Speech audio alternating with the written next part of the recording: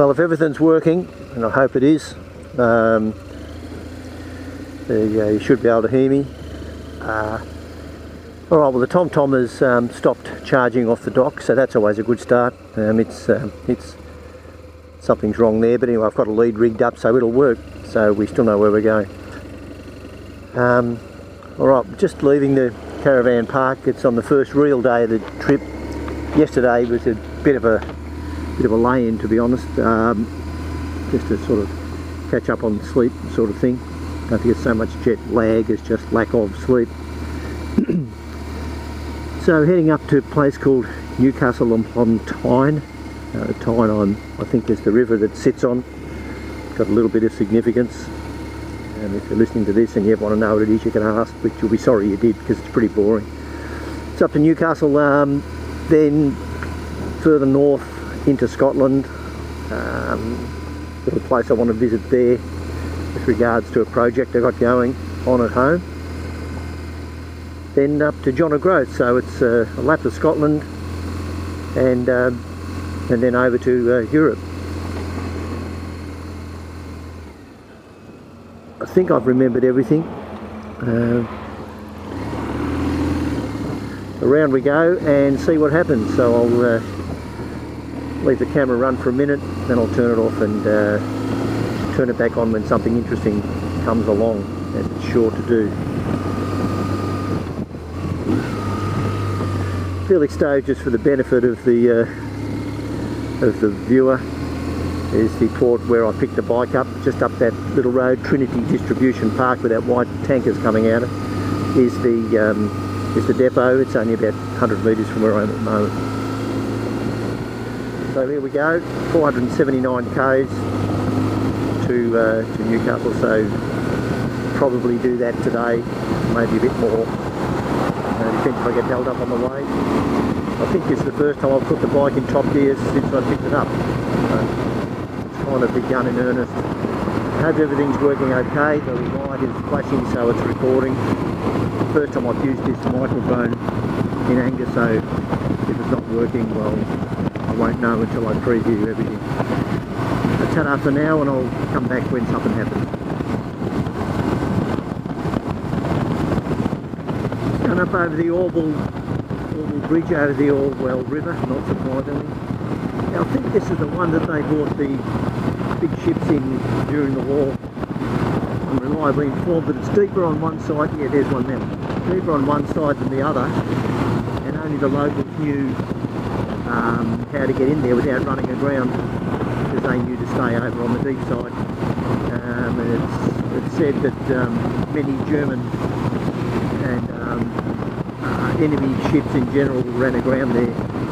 They'll head over heels because they hit the bottom. Quite a nice little trap for the unwary, I'm sure. Anyway, that would have been the end of their war. Not that they would have drowned or anything, but they would have been taken prisoner and put to work, whatever prisoners do.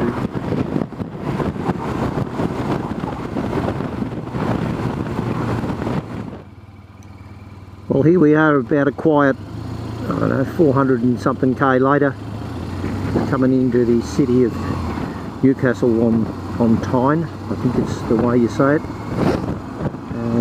Pretty famous, sort of an old place. The River Tyne is mentioned in lots and lots of different stories and songs and what have you. It's about as famous in this city as the Thames or the Mersey is in London. Anyway, about 3k to go to the city centre. Just looks pretty much like any other town, except the cars look different, the signs look different. But that's about it, really. So we'll have a look around, and if I see something decent, I'll come back.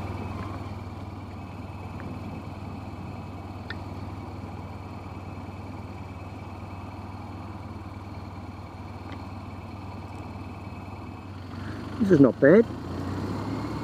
A swing bridge. But this one coming up is a pretty impressive looking thing. I'm guessing it goes clean over the river. Alright.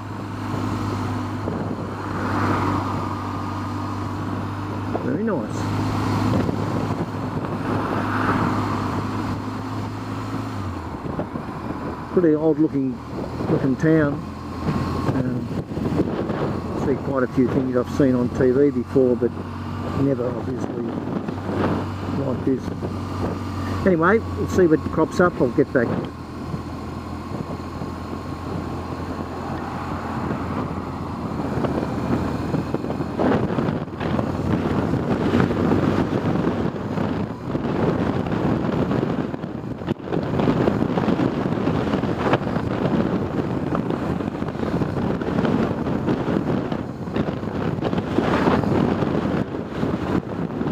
Newcastle on time. This is the Spanish city, which is immortalised in various songs. Not the least of which is the Dire Straits song. Yeah, always wonder what it would look like.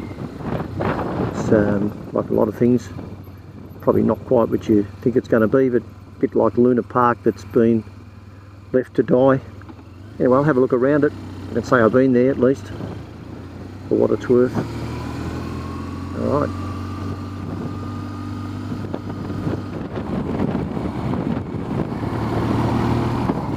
Well, this here is the, this is, what is it? Some place, not Aberdeen, no, some big town anyway. That's the, this is the fourth road bridge. Firth or fourth or something. They're building another one over there. This is Edinburgh actually. That there over there is the bridge, aforementioned bridge. It's pretty impressive to say the least on most of these things. Those things you've only ever seen in pictures, and then suddenly there it is. Well, there it is. It doesn't look that big until you get up close to it. They're building another one just on the left there. I don't know why they needed another one. Maybe this one's going to fall down. This bloke on the bike's about to any second. Whatever he is. Anyway, there you go. That's Edinburgh. And that's the Firth Bridge. Fourth Road Bridge. I'll Google it when I get home. Alright, cut up now. Which is 408 k's, or about 400 k away, and it's only 1 o'clock. It said I'm going to get there about 6. So if the stops work out like they usually do, I probably won't get there today, but I'll get there. I'll get to within 100 k or so of it. Yeah, and I'll have a look at John O'Groats tomorrow. Then the idea is to go down the west coast, look at the locks, and whatever else, then zoom back around through Dumfries and see something really worth seeing. That'll be the aluminium taxi seats, and then back through to London. Say good day to Paul, I reckon, and then off to Dover and Calais in Europe. So that was Edinburgh. It looked just like any other city, although very old, lots of castles, that sort of stuff, although not that interested in looking at a castle. And other than that, it was all very normal. I'll get going and talk to you later.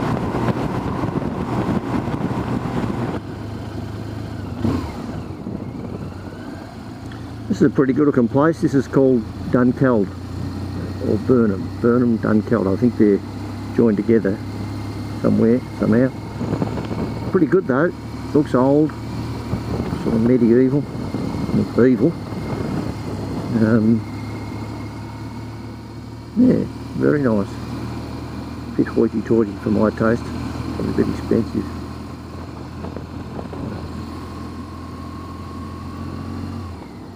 I'm more of a truck stop kind of guy. Anyway, we'll see. There might be something down the road a little way.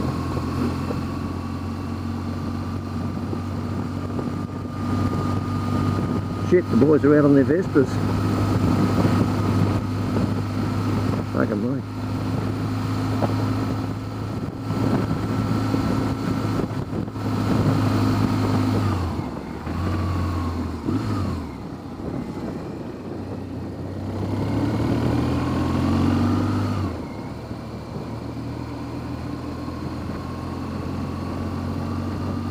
smell them, little two-straights. Smell like 100 people who mowing their grass at the same time.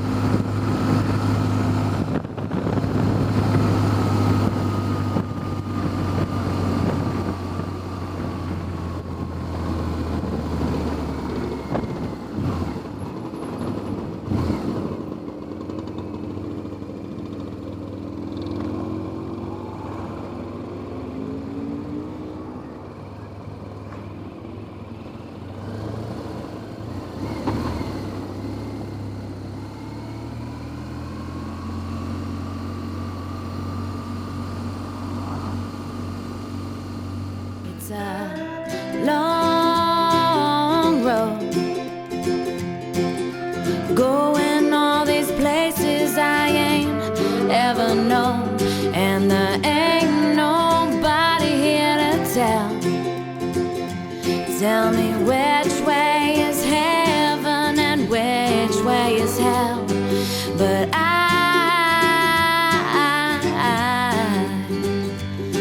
keep saying that all we got is time, and I hope to God I'm right.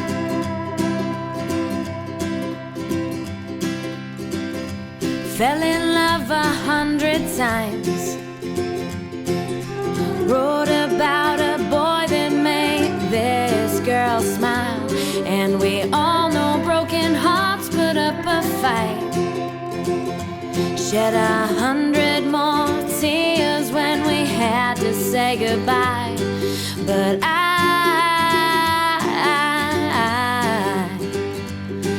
keep saying that all we got is time, and I hope to God I'm right.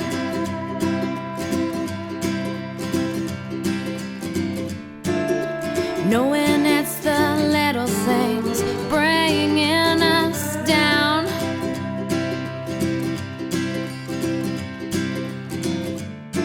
like nothing lasts forever, or the sun are coming down.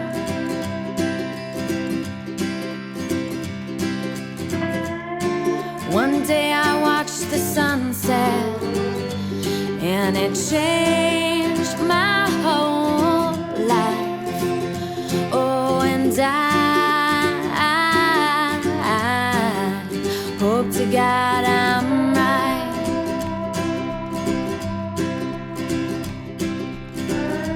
Met 100 souls while living this here life. Had to watch them go and watch them fall another night. Sang 100 songs about it in my mind. I can never find the words to tell the stories just right. But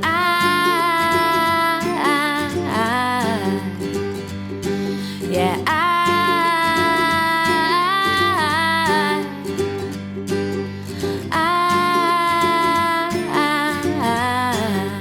hope to God I'm right.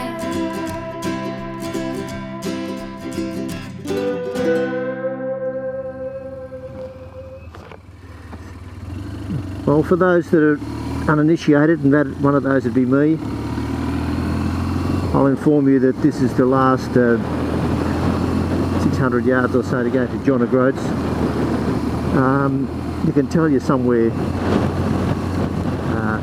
that is Land's End by the fact that there's sort of water to the left, water to the right, North and West Highlands end of route. Well, enough said about that, the better. Alright, now there's a signpost that's apparently you, to quote the young fella, you can't miss it. So I've had that said before. It turns out you probably can miss it. But anyway, John O'Groats, that might be it there. A bit of a look around, there's plenty of motorbikes. GS tools and the like.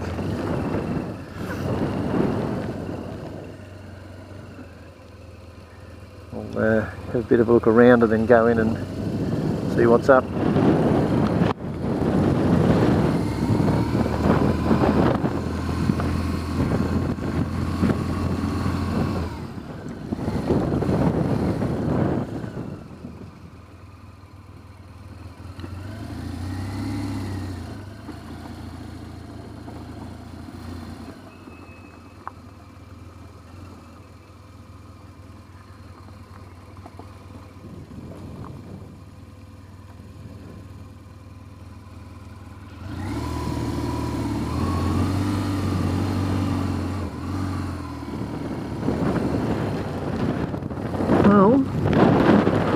Groats.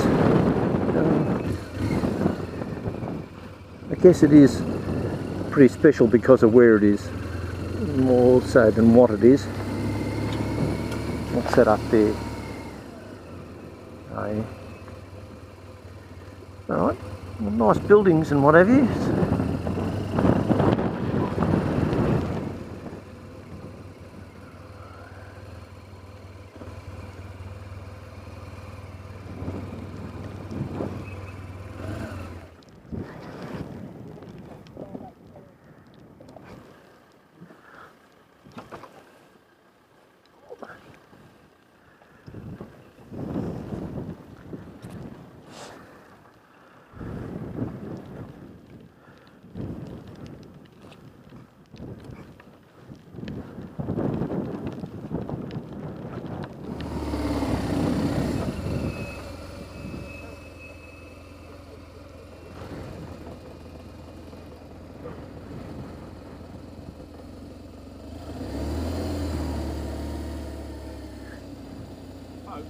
Sorry?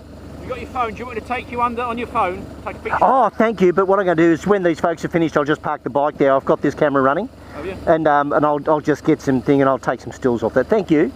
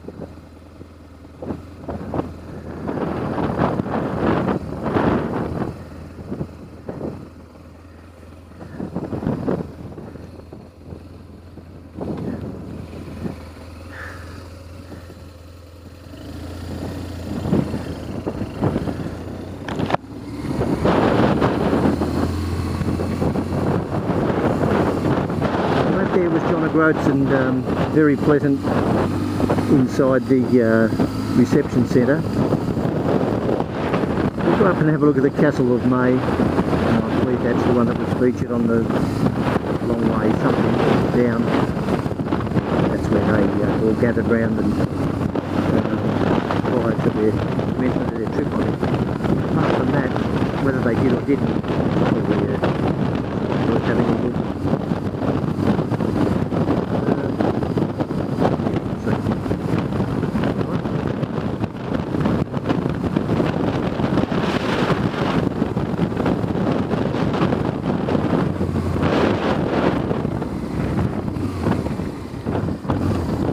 Castle of May.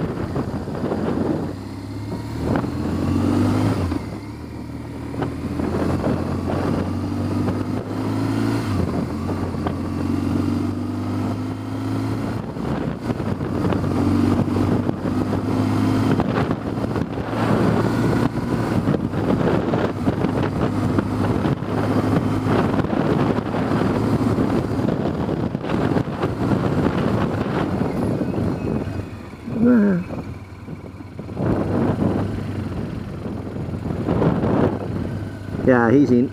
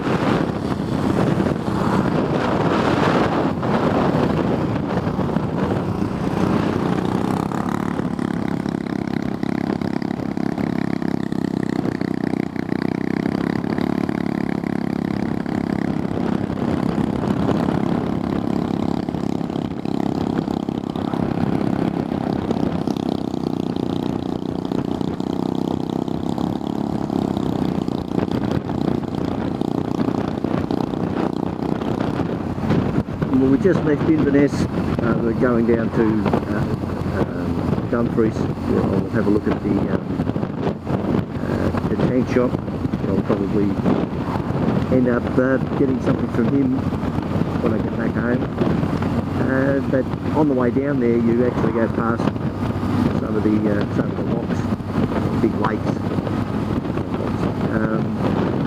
Yeah, one of them's of course Loch Ness. One or two others.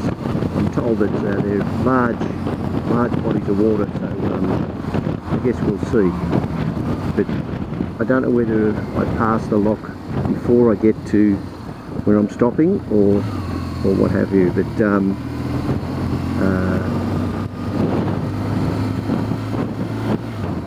yeah, well, I'll have a look on the left, and when it crops up, if I can see a sign or something. 11k to Inverness, so where we stopped was just on the outskirts. 11 miles actually. Alright, I'll come back when something happens.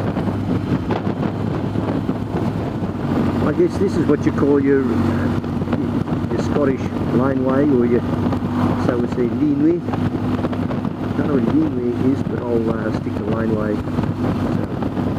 So, a lot of things here, it looks extraordinarily similar to what we've got at home. I think the only thing you miss, or the only thing that's different is there's no eucalypts. I'm not growing on the side of the road anyway, and the lines on the road look different, as they are, and lots and lots of stone sort of walls, and places like down around Bannockburn,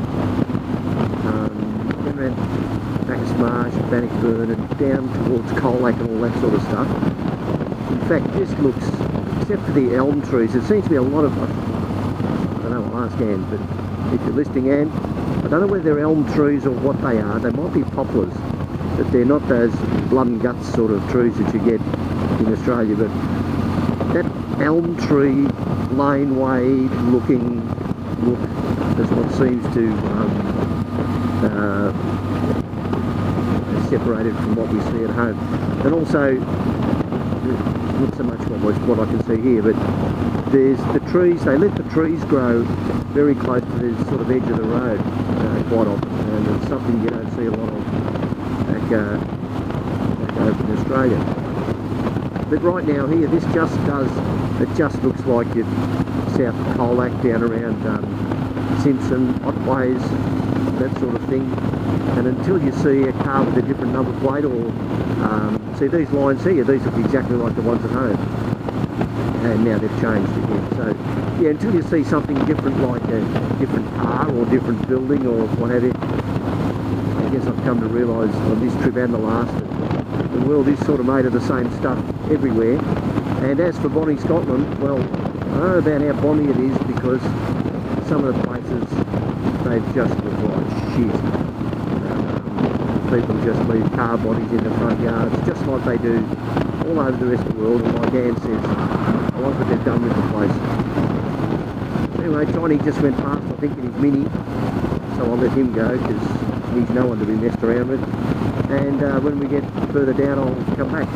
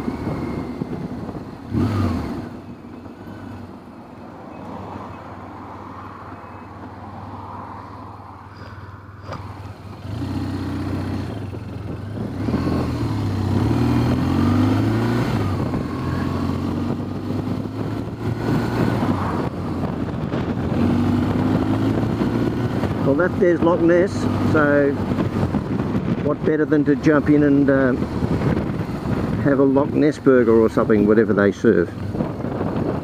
This looks like about my speed.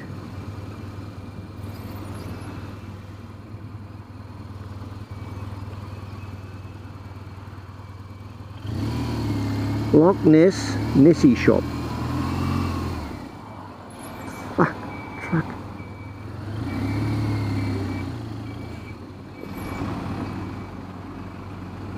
Can't get away from them, can you?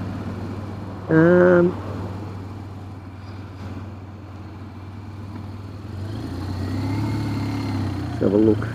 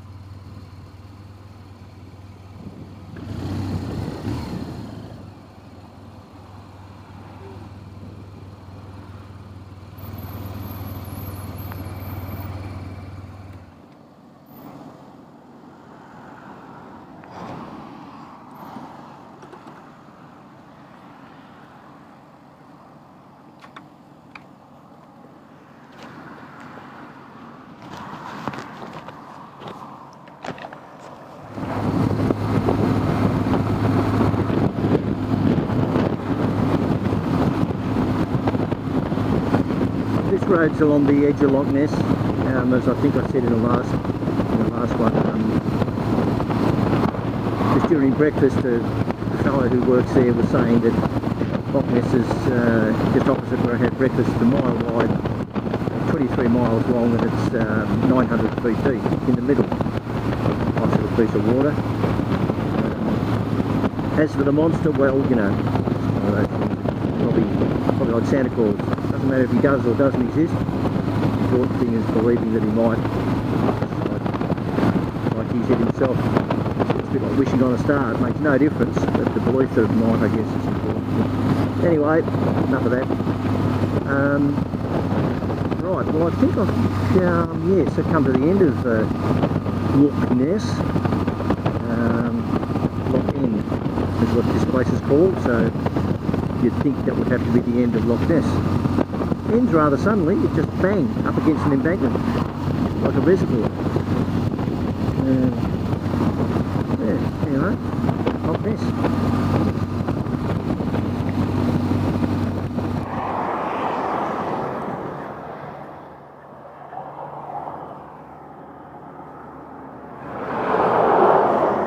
Okay, right now we're on the M25, on the edge of the M25.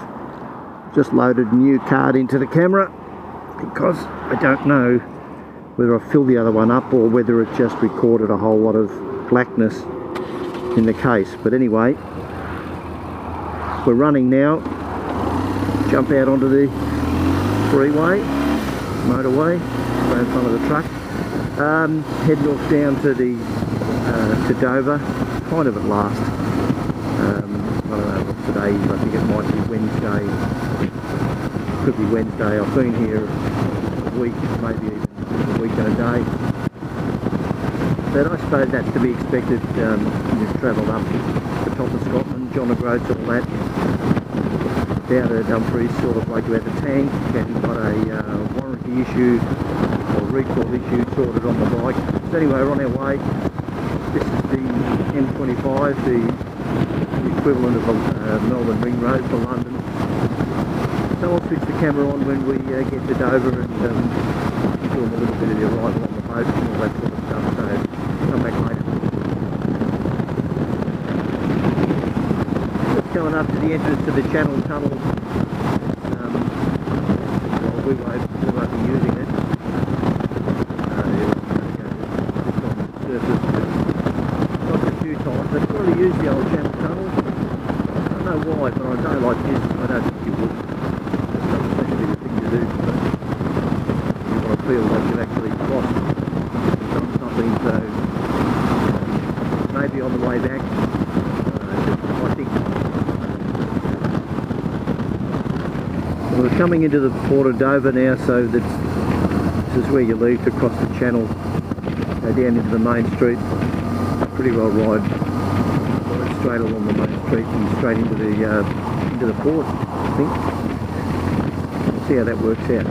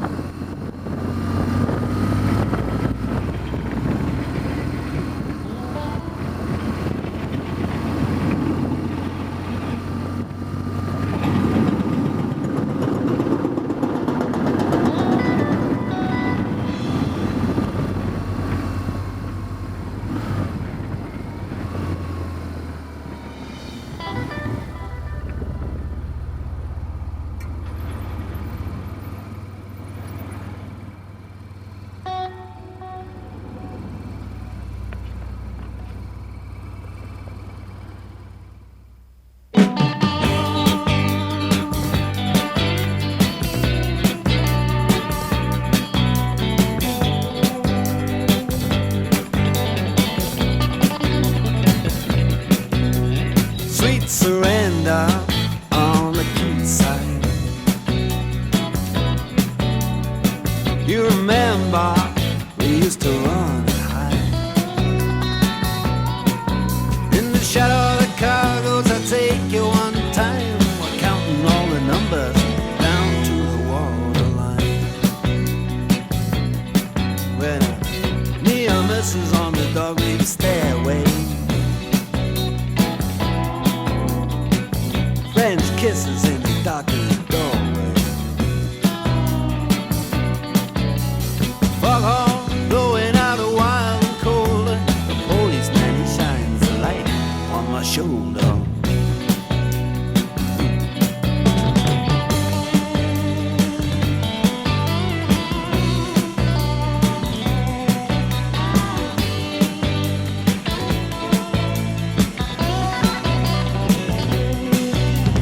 Up comes a coaster, fast and silent in the night. Over my shoulder, all you can see are the highlights. No money in our jackets and our jeans are torn. Your hands are cold, but your lips are warm.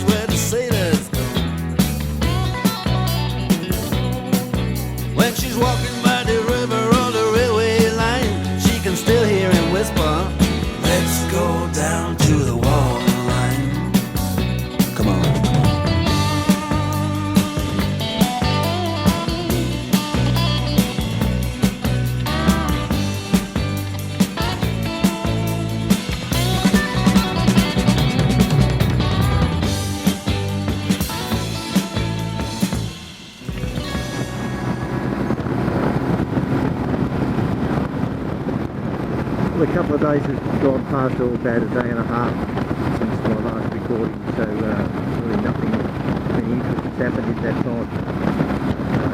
But anyway, we're coming towards Millau viaduct. It's, as the sign's about telling 68 kilometres. I really just turned this on to make sure that the camera's working. It's fully charged now. I've got a 12 volt unit, that one there, right there, and now mounted on the bike so I can charge the phone, camera, all sorts of stuff.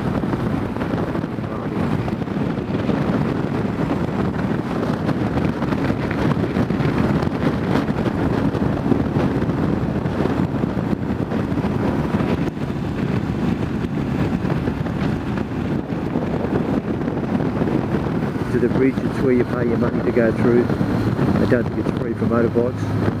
Right. So I'll go through here, I'll turn it on the other side. Well, I don't know.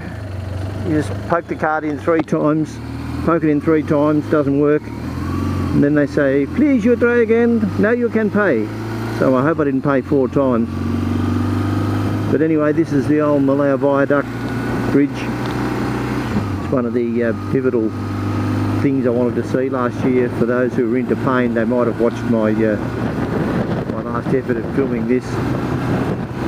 The wind was blowing 50 knots, sign on, horizontal rain, terrible. So this time we still got the wind, but there's no rain with it. So mercifully for those listening, I'll shut up and just let the picture tell it.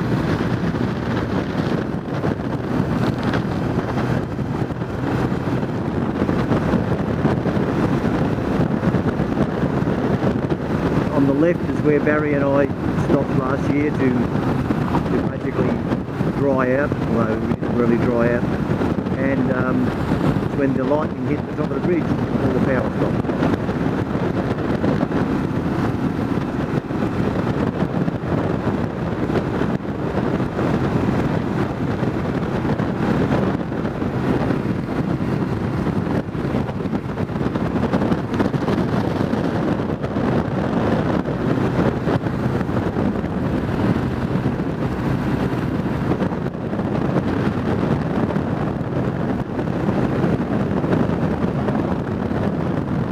Descending down the sort of side of the mountain to Millau, visible when you go across the bridge. It's about 1,000 feet lower than the bridge, so hence it's a fair kind of a descent.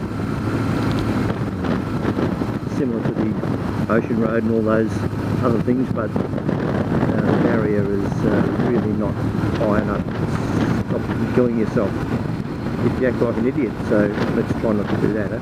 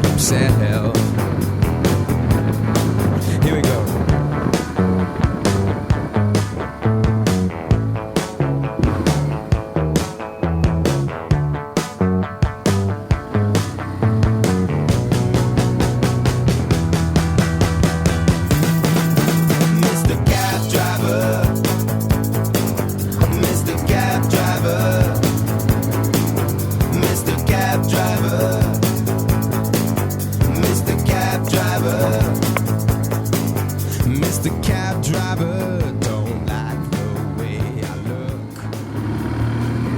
This is just one of the roads that leads out of Nalau down some gorge or other. Absolutely fabulous scenery, like the houses are just clinging to the edge of the limestone, but obviously on a motorbike you make one mistake, it would be the end of you without any doubt at all.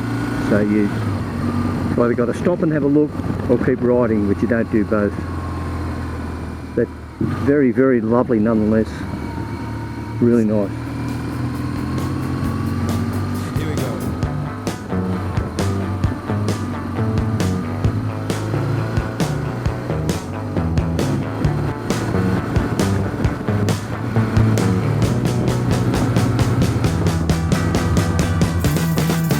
Mr. Cab driver, Mr. Cab driver, Mr. Cab driver, Mr. Cab driver, Mr. Cab driver don't like the way I look. He don't like dreads, he thinks we're all crooks. Mr. Cab driver reads too many storybooks. Mr. Cab driver pass me up with eyes of fire. Mr. Cab driver thinks we're all 165ers. Mr. Cab driver, fuck you, I'm a survivor.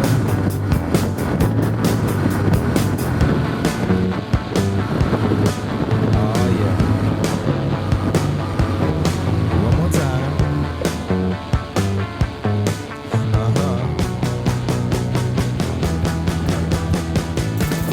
Let me in. Oh. Dun, dun, dun, dun. Mr. Cab driver. Mr. Cab driver. Mr. Cab driver. Mr. Cab driver.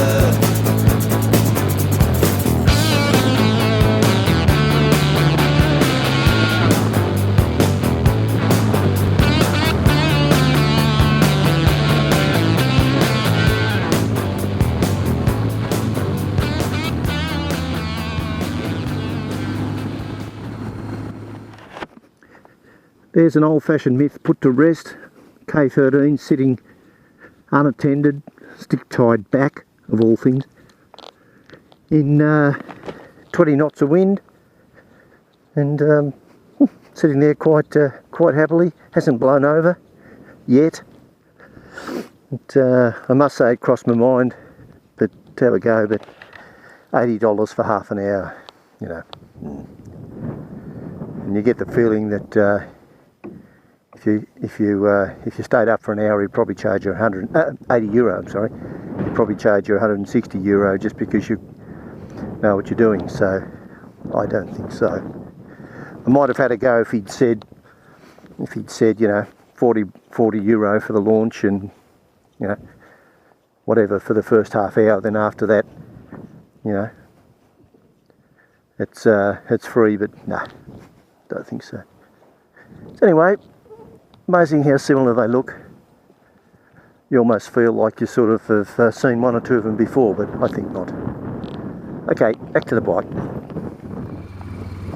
Well, that down there is a pretty big valley. That's no worries 2,000 feet.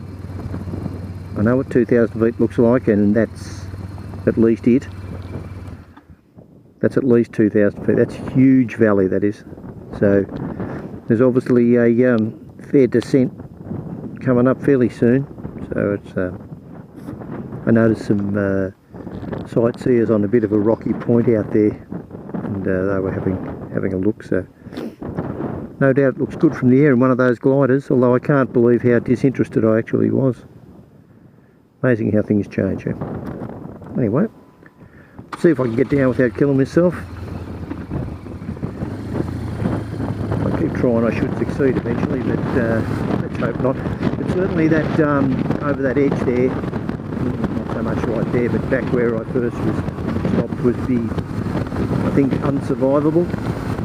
It's probably, whilst it's absolutely beautiful, I don't reckon I've ever ridden anywhere that's more dangerous. In some places back there was unsurvivable drop and no barrier at all. So I don't know, there's got to be a few people copping in the neck at some stage. But anyway, I'll try to remember to stay on the right hand side of the road. And no guarantees in that regard, but I'll do my best. Talk to you later.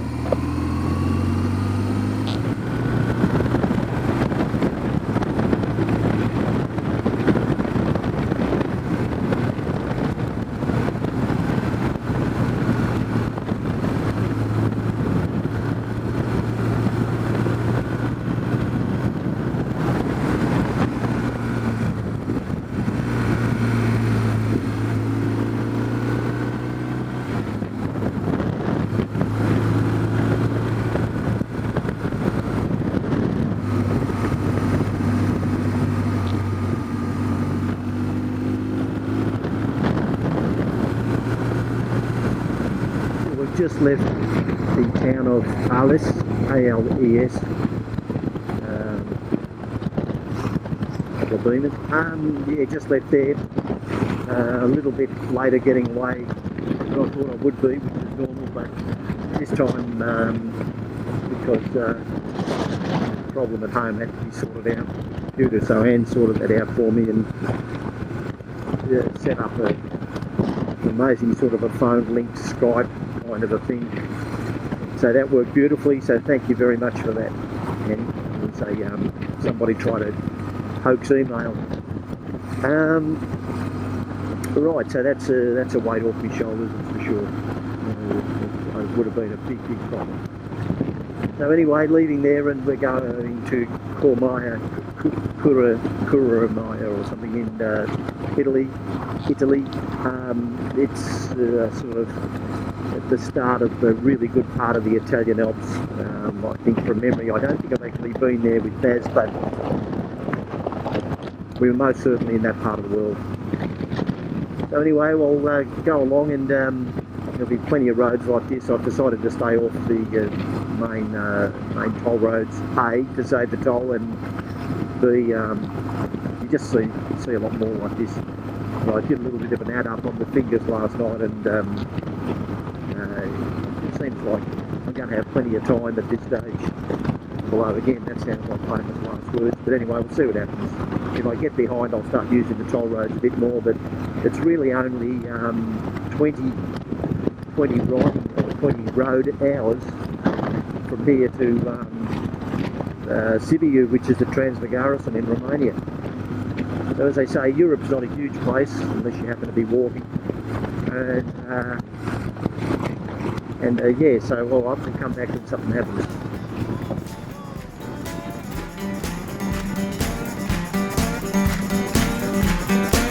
Well, I woke up this morning, my biscuit roll had gone.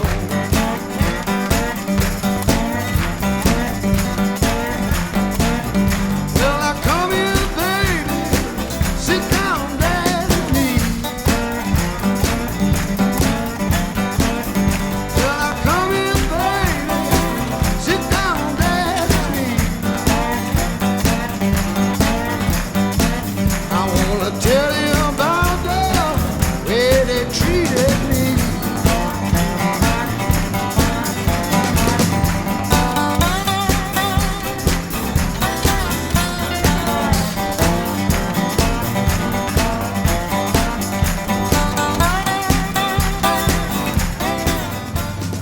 Hello.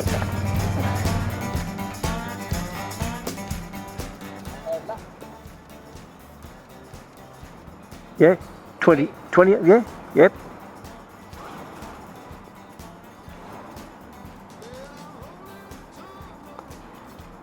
Just one way? Yeah, one way, thank you.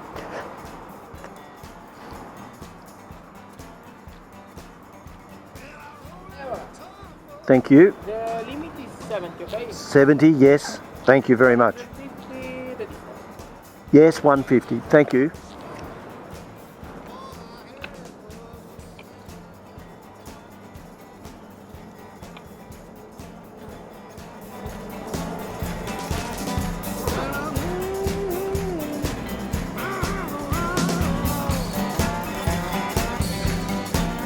Okay, thanks very much. Bye.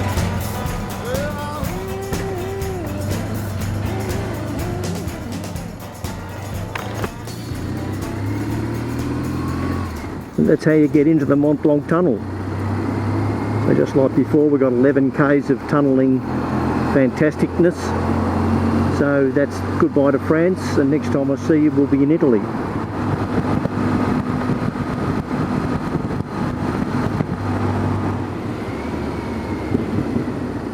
And as predicted, you pop out in Italy, right where I left it. This looks the same, although I think the weather's a bit better in Italy. Probably a good place to stay in Italy, I think. Okay, well that's it. Fabulous. Alright, might have a cup of coffee and digest all that.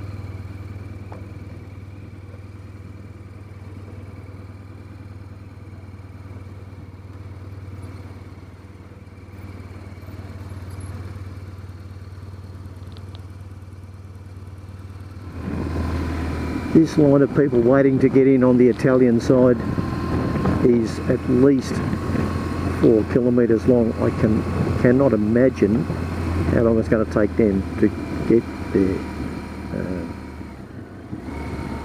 Anyway, alright, Aosta, I think. Yeah, Aosta, alright.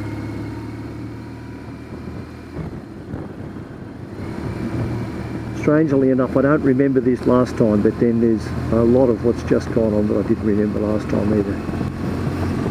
So if it says Aosta, I know that's correct, so we'll kind of commit it now, so we'll do that.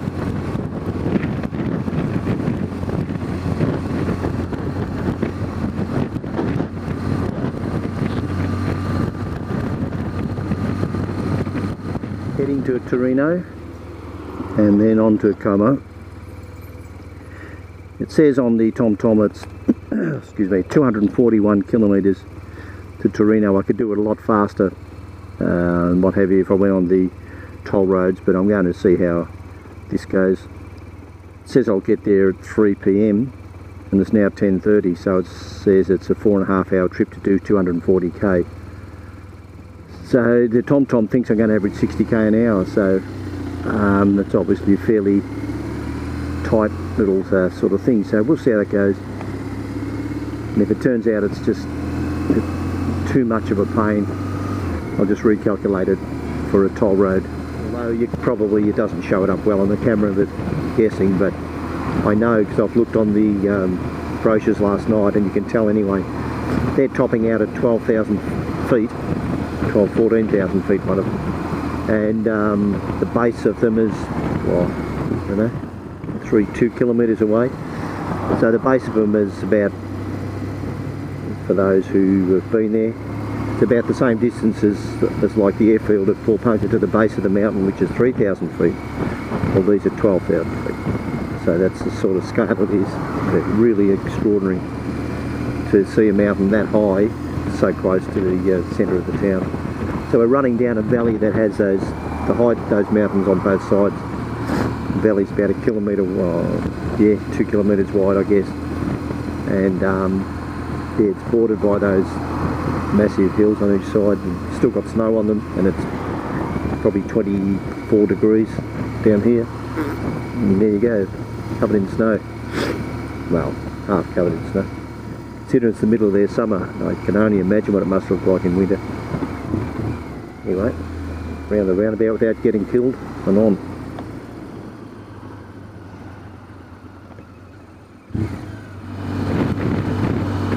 Now I guess it needs to be said, although I don't know why, that in Italy I just saw my first Moto Guzzi.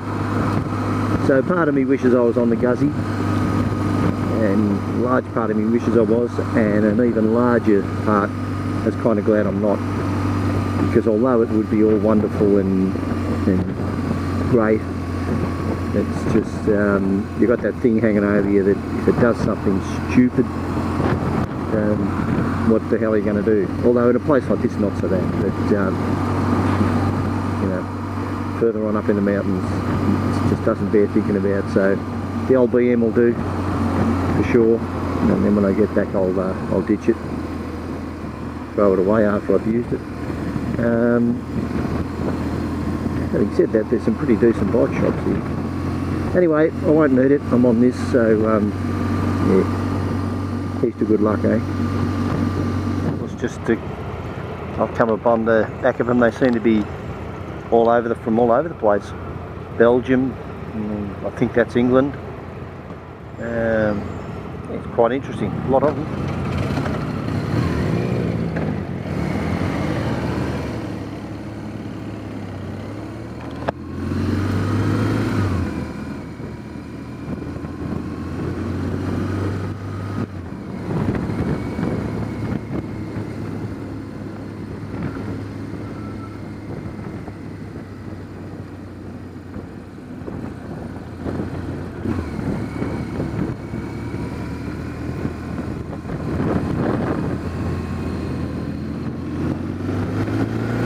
That thing in front of me is a Triumph 1050 shaft drive Tiger thing. Tell you what, if I was buying something like that and it came up, probably wouldn't be the worst thing in the world. Shaft drive setup of the Trophy or something looks similar, but seems to have a lot of grunt about it, and I think it's a 1200 motor, whatever it is. It seems to pull pretty hard. He's got two people on it, and he opened it up in top gear and it just warped on. If it's anything like the 1050 I had, it wouldn't be too shabby.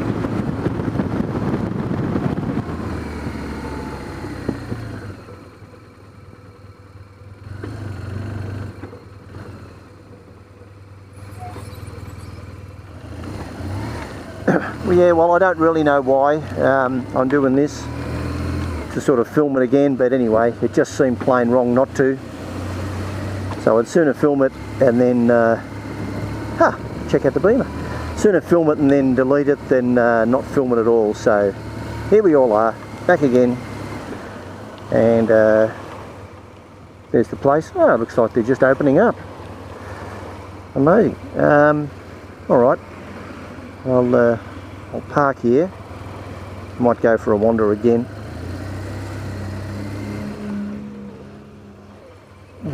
How do I get in here? Around here, I think.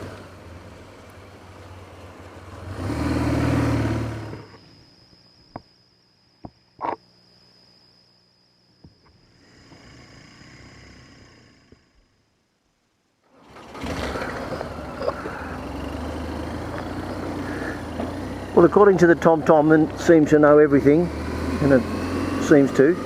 We're at 100 metres from the geographical centre of Stockholm. So, other than the fact again that signs are in a different language and all that sort of stuff, you really can't tell the difference. So I'm heading off to where the Ghost Rider DVD was made. It goes from the centre of here to Uppsala, which is 70k or something of riding madness in 15 minutes as far as he's concerned. In my case, I just want to cruise along out there and see what it looks like from ground level, and then basically do whatever comes next. So anyway, for the benefit of the home viewer, there's your basic Stockholm. Busy as hell. Traffic is absolutely amazingly crazy, but just keep finding the gaps and you seem to get through it all right. Follow the TomTom, and it doesn't really matter how lost you get, it'll all work out. And if it doesn't, just ride in one direction, and the city has to end eventually, and then you just punch in a destination and you're away. So for now, I'll wait till the Uppsala ride starts, and I'll get back.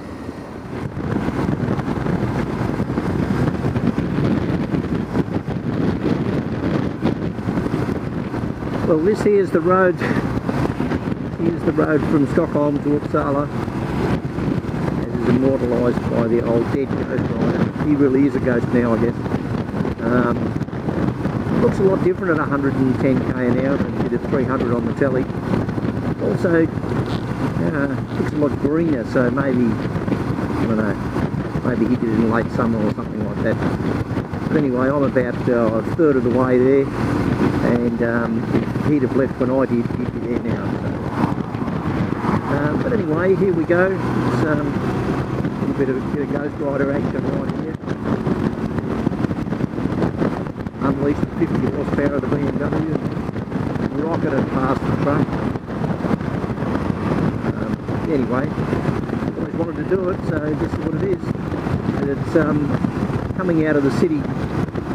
I'll have to have a look later on the internet, but I'm pretty sure it's a 66 something kilometre trip he did, and when I left the centre it said 60 kilometres to Uppsala, so I don't know where he left from, how he did it, but anyway, I'm reliably informed there's only one road you can go from Stockholm to Uppsala and use up 60k doing it, and that's this one.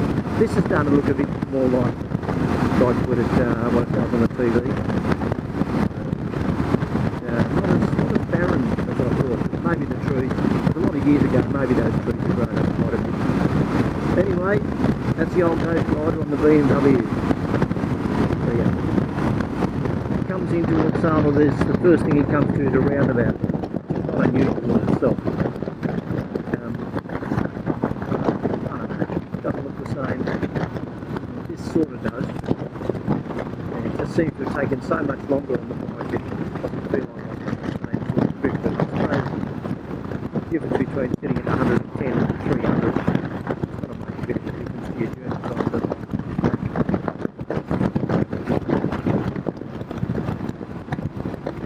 time, but more now.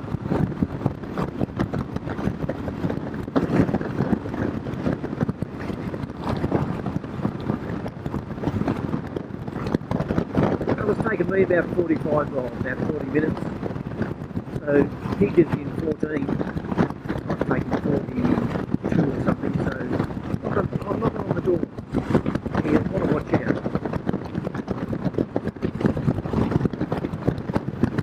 Okay, well here we are right about in the middle of Amsterdam. I think this is the middle. I'm not really sure what shape Amsterdam is, so I can't really tell you where the middle is, but TomTom says I'm 600 metres from Anne Frank's house. That's where I'm looking to go. That's where I'm looking to go, so I think I'll go there first while I'm still alive. I was going to get some photos of some canals and what have you, but yeah, I think before I crash, I'll go there and organise a ticket if I need one or something like that. I probably do need one, although I might just be able to weasel my way in, just do the overseas visitor thing. Just don't know this railway line. Yeah, so 600 metres or so to go.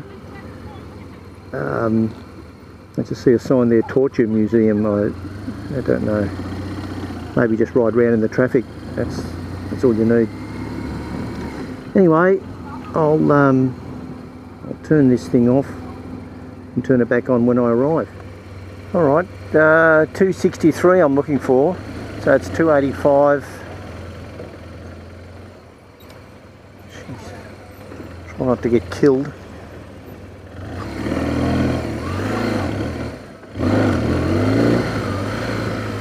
All right, 281. 277. 71. Bit of a line here, so I'm reckoning this is probably it.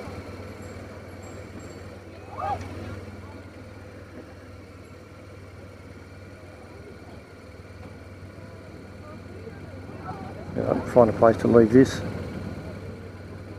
The ignition. There we go. This bloke.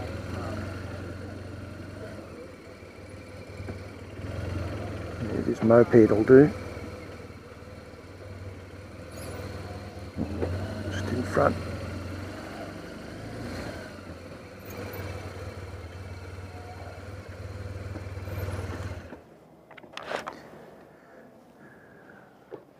Alright, see how this works out. I'll go and see if I can get a ticket. Well, that was the Anne Frank Museum. It was really everything you'd expect, probably a little more. Yeah, a couple of things were not not what you imagine. Some were better, some were worse. But it's pretty amazing to see something that's occupies such a spot in history or in your memory. And when you're actually standing in there, you think, gee, this is what it was all written about. So yeah, it's quite wonderful. And I've brought away a couple of gifts, or one, and yeah, which I'll send home, and that'll be lovely. And yeah, worth doing. Anyway, I'm heading, just left there, so I'm heading back now to the park, Caravan Park. By the time I get back there, it'll be about time for a cup of tea and a good lie down, I think. So anyway, talk to you later.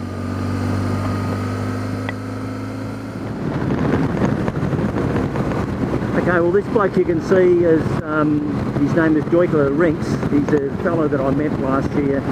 Those who have followed my fortunes at all will have heard about him interminably.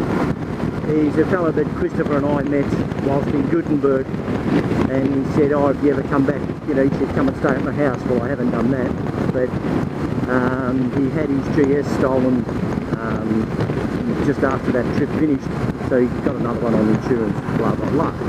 But anyway, pretty cool sort of a guy. So yeah, this is his GS, and we've just left, well, a couple of hours ago we left Rotterdam, and he's going to accompany me on a fair, well, a bit of a portion of the journey. He only has 3 days, but he doesn't mind putting in big days. He's a fairly young, fit sort of guy, so he'll have no trouble, hanging for 3 days. He'll get a fair bit done. So we just had a short chat, and we're thinking that we might go up to Puttgarten, which is where the ferry leaves for Denmark. Whether he accompanies me on that ferry or not, I don't know. I hope he does. But anyway, just another bit of a look at his bike, and just get the general feel of how it all is. And yeah, that's nice.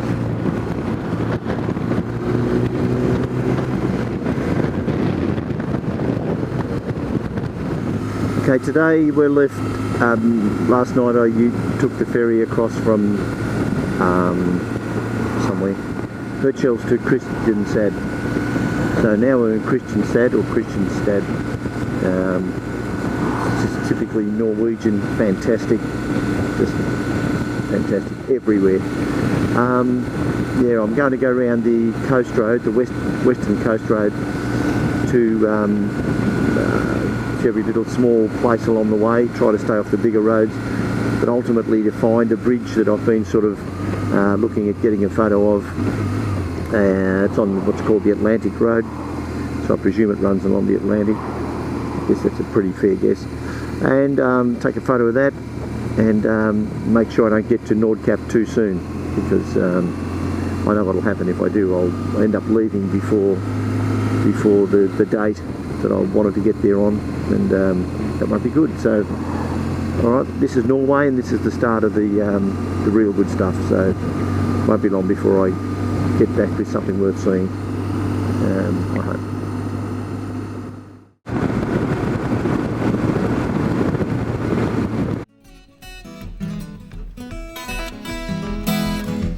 Hey, hey, hey, baby, hey.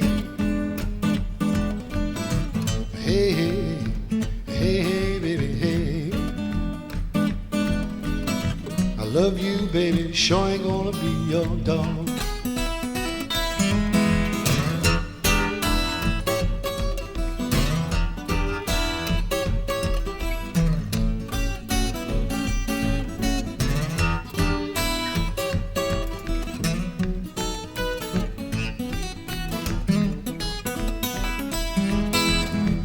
Hey, hey, hey, hey, baby, hey. Hey, hey, hey, baby, hey. My arms around you, baby, is all I can say is hey.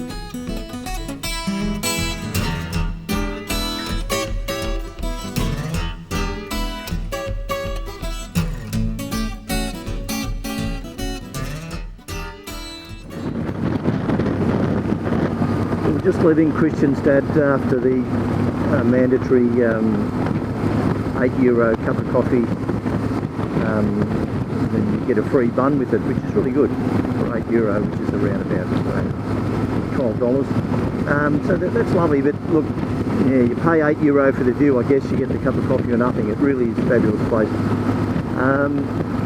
Okay, we're just leaving there. There's 708 kilometres to, I can't say the name of the place, but apparently it's just makes the rest of Norway look like a Soweto slum.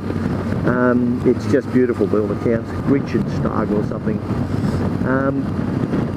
Won't get there today, not going to try to get there today, but decided to burn the opportunity to see some of the coast down low, down here near the south coast of southwest corner of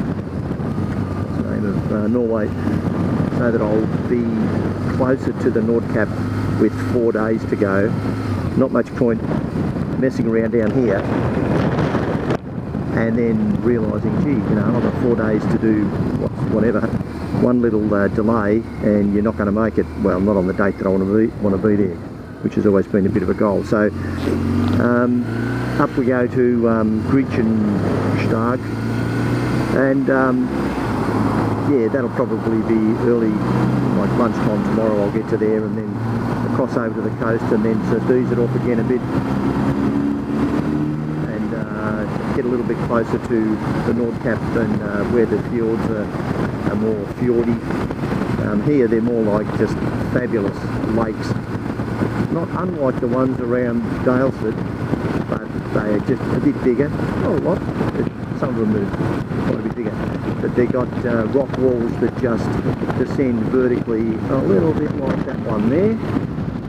Sorry, the view's been obscured by the $1 billion yachts. But anyway, they're like that.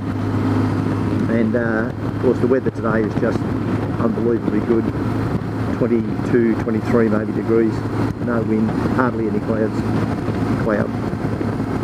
Anyway, that's good. So I just spent €90 on a SIM card for my camera. But it turns out that the card I bought will take about 14 hours of data at high resolution, which is probably more than the other 3 cards put together. So I probably never ever needed to buy a laptop and all that sort of stuff. But anyway, I got the card, and so I can charge it off the bike, charge the camera off the bike, and I've got a card that's basically will never run out. So, gee, what could go wrong? So off we go to Grytjenstag, and when something good comes along, which won't take very long, I'll turn the camera on.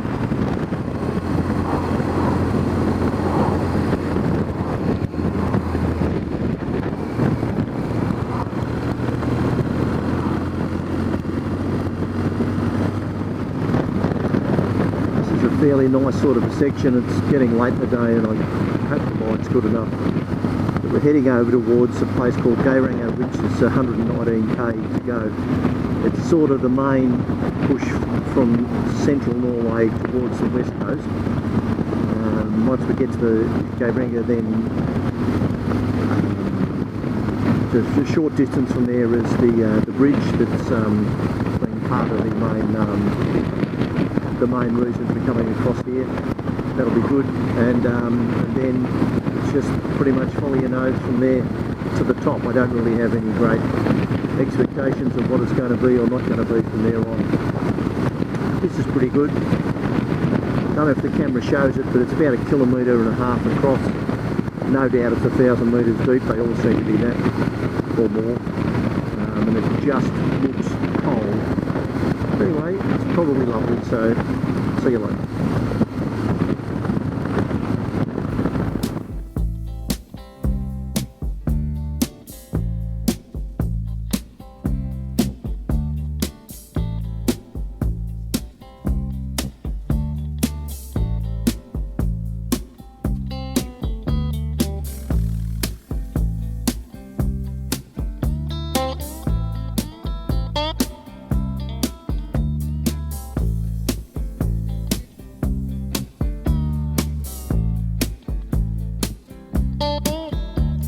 Six-blade knife, do anything for you.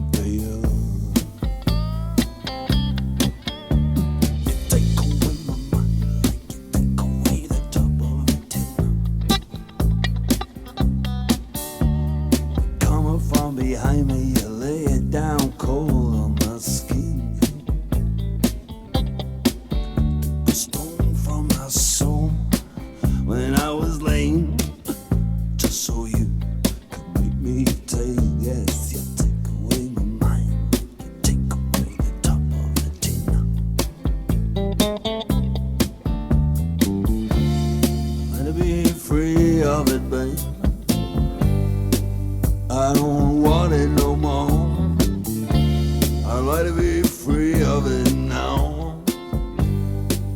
I don't want it no more.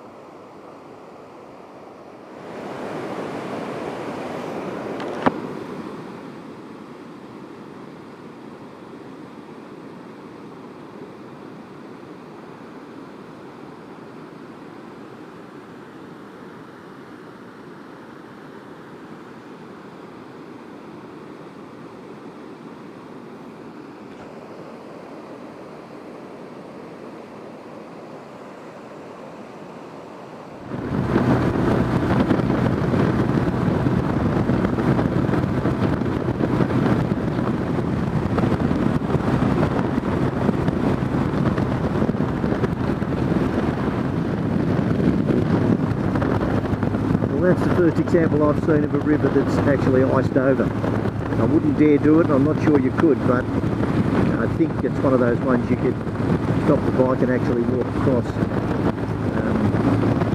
No doubt it's probably a bit thinner now than it would have been a few months ago. I heard a story the other night of young blokes who go out on the rivers with a chainsaw and cut a hole in the ice.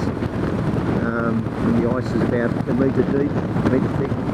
They cut a hole in the ice, break the lump away, and then for no other reason, just jump in the water. Now, for me it's a good way to drown. But anyway, that's what they do. That's what you do when you've got snow, I guess. You're playing it. It's a rather eerie sort of a landscape, really.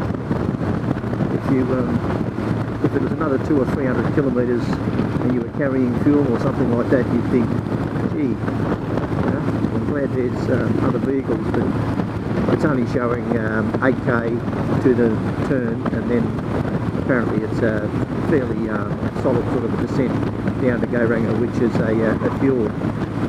So by virtue of the fact that it's a fjord, it must be close to sea level and near sea level. So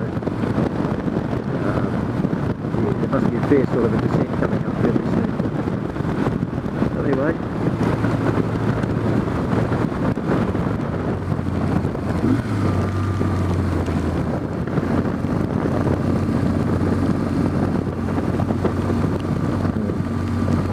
I want to go too much faster. I'm only doing about 50k an hour, so I thought, well,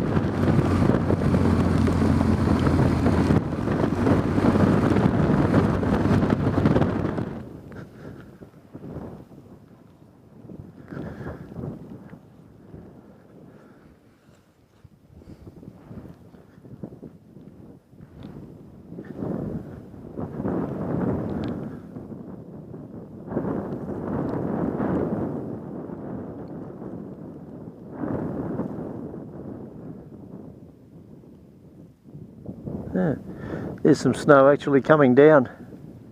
I wouldn't call it an avalanche, but I guess by definition it must be.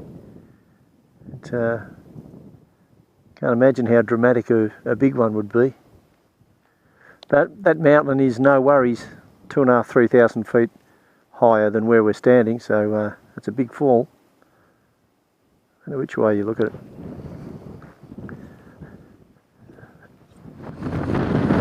Well, for those that are listening and haven't been bored into sleep, I know I'm prone to outlandish exaggerations, but this is easily the most dramatic conditions, not dangerous, just dramatic walking conditions you could sort of ever really kind of see, I reckon, of this type anyway, you know. Just amazing, like you sort of look at the mountain ahead of us and you can't tell where the white mountain stops and the white clouds begin. But you think you know where the top is, and then you look up twice as high and you can see something black You think, what's that? You know, something black. And it's turns out it's a rock sticking out of the mountain, which just happens to be twice as high as you thought it was. So it's like the old thing of flying into mountains, I guess, in a cloud or something. But now there's a bit of an horizon. You can see that those snow drifts that have been, I don't know whether they're gouged out or what, but they're 3 metres easily, and the square edge is 3 metres. The rest of it could be anything at all. And on the left there's a really large kind of a valley.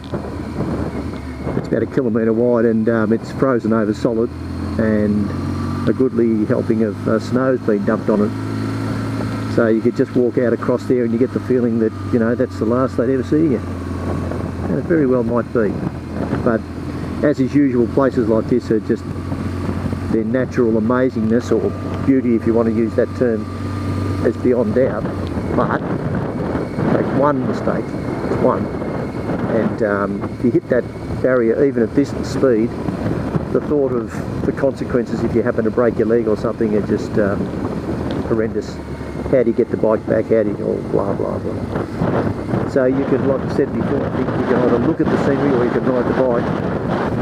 Don't try and do both at the same time. And you know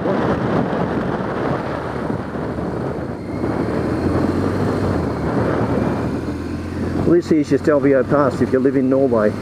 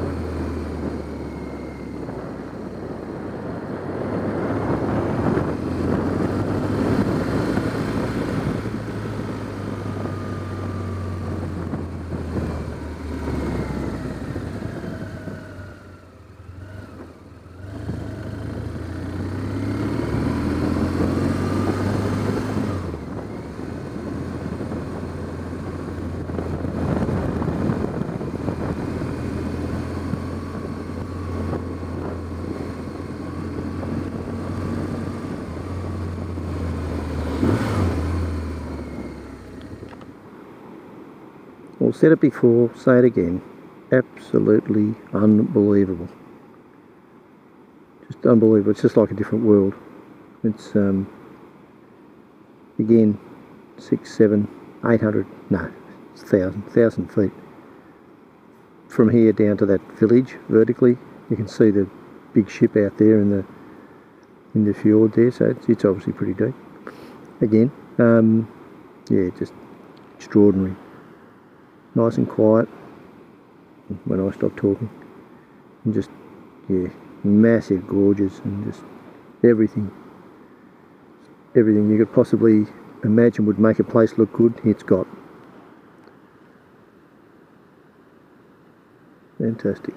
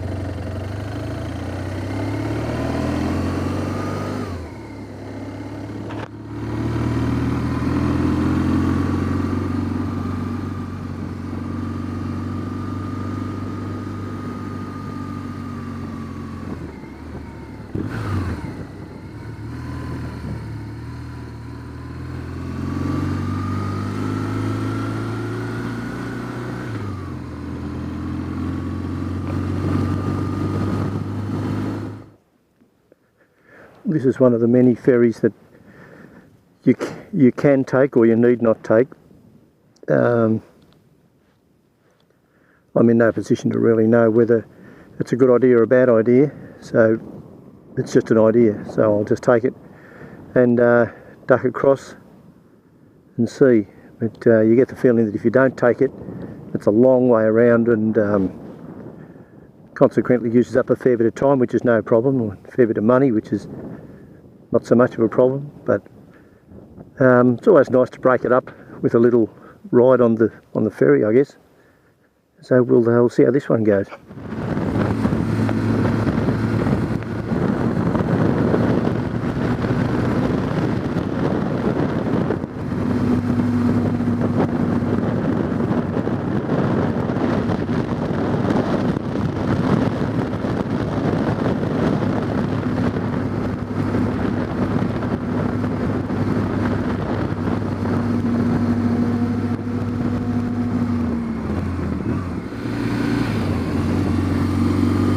Well, coming up is the aptly named Bridge to Nowhere. It's on the Christiansund Road from Malta in the province of something or other.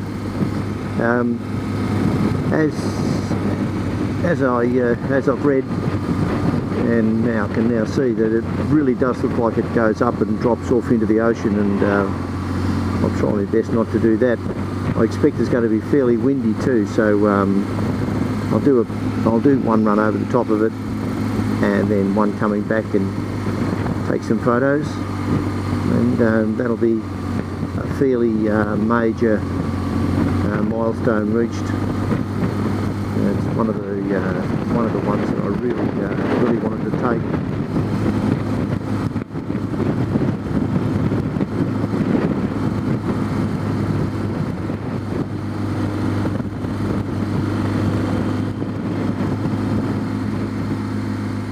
Somewhat of a heart in the mouth experience, I assure you.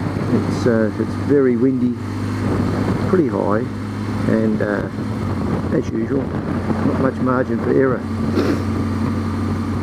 But then don't make one and it won't be a problem, I guess.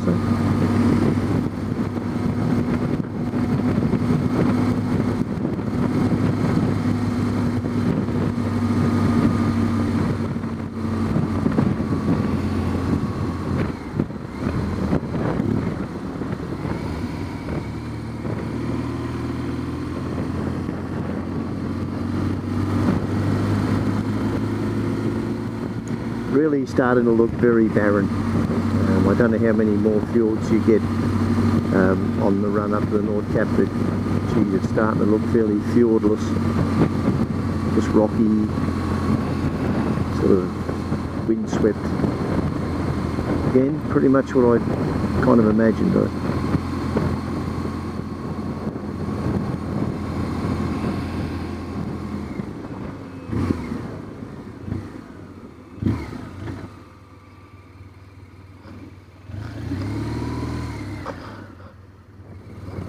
Looks like it's made of the same stuff as the other oceans, but geez, it looks rough.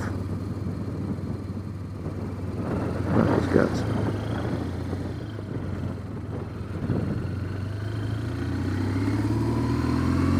That's pretty much exactly the same spot that the photo was taken on the front of my book.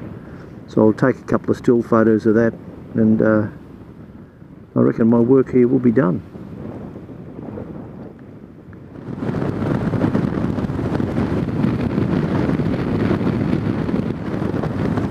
Well, this particular piece of road's about 100 and something kilometres inland from the west coast. It's sort of pretty much it's the main highway, if you like.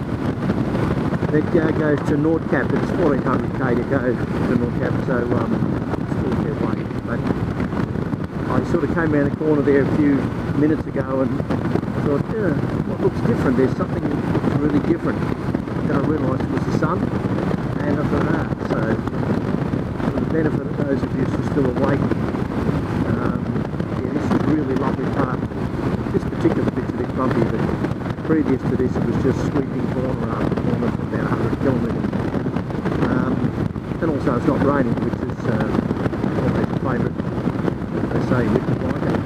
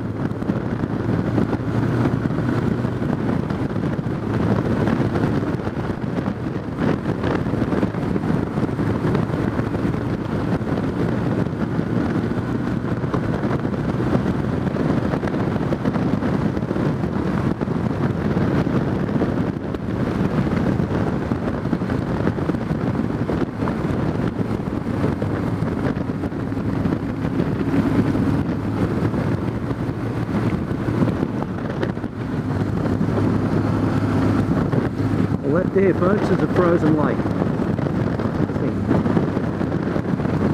I've been walking on it to find out. Last bloke I tried walking on water. That would ended up with him, but I'm pretty sure that's a frozen lake.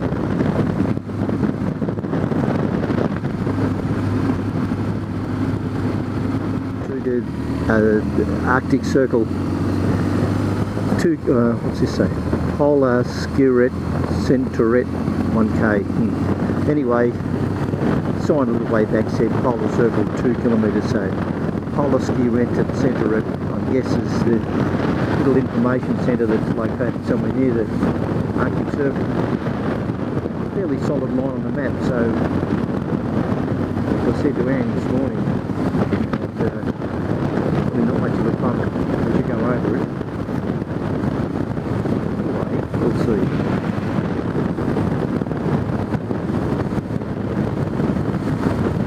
Yeah.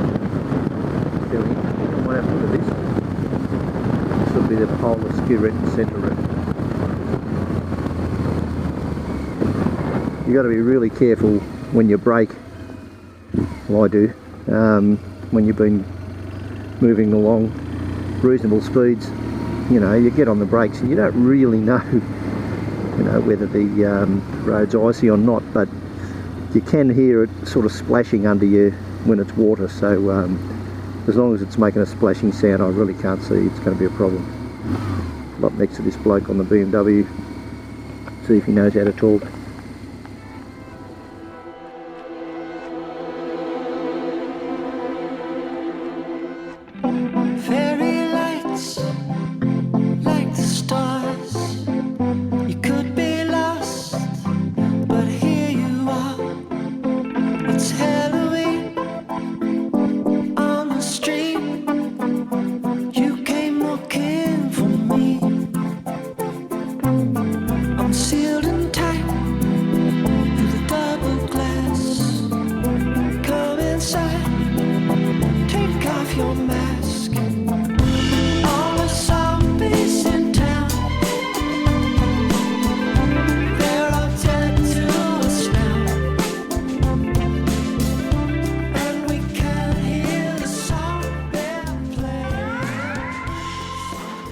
Just for the record, they really do sell ice creams at the Polar Circle and hot pies at in the desert, apparently.